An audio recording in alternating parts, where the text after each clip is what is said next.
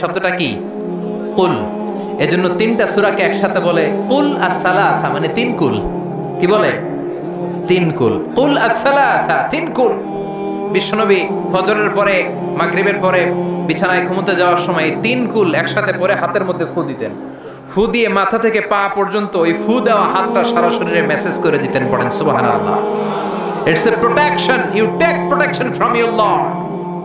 হিংসুকের হিংসা থেকে, ইবলিসের ওয়াসওয়াসা থেকে, ব্ল্যাক ম্যাজিকের পাওয়ার থেকে, জাদু টোনা বান সব কিছু থেকে আপনাকে সারাটা দিন প্রোটেকশন দিবে কে?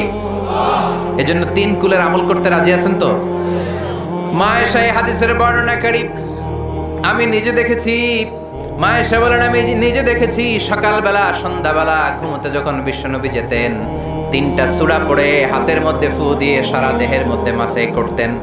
আবার আমি যখন অসুস্থ হয়ে যেতাম বিশ্বনবীরে যেয়ে বলতাম, ও নবী আমার শরীরটা ভালো না, শরীরটা বড্ড খারাপ।